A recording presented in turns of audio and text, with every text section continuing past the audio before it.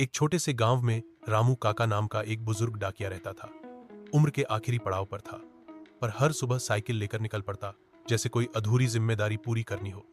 पिछले 40 सालों से वह डाक बांट रहा था, पर अब गांव में किसी को चिट्ठी नहीं आती।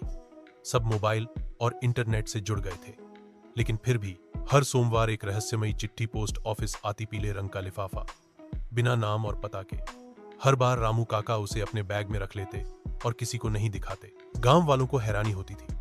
बच्चे पूछते, काका, ये चिट्ठी किसके लिए है? रामू मुस्कुरा देते, किसी का इंतजार है, शायद कभी खत्म न हो। ये बात धीरे धीरे गांव में फैल गई।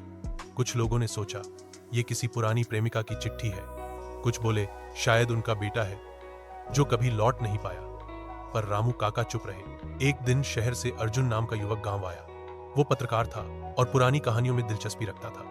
जब उसे रामू काका की चिट्ठी वाली बात पता चली, तो वो रोज उनके साथ बैठने लगा।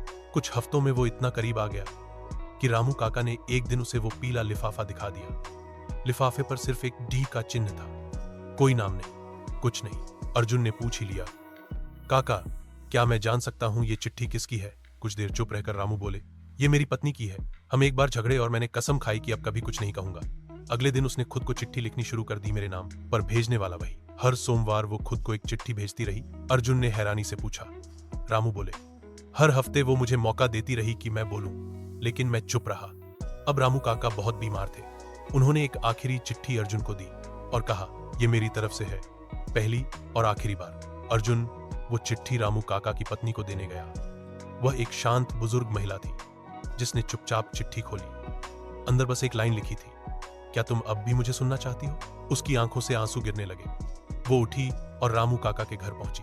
रामू काका खिड़की के पास बैठे थे। दोनों की नजरें मिली और इस बार कोई शब्द नहीं, बस मौन में सब कुछ कह दिया गया। उस दिन के बाद कोई चिट्ठी नहीं आई, क्योंकि अब दोनों हर सोमवार साथ चाय पीते थे।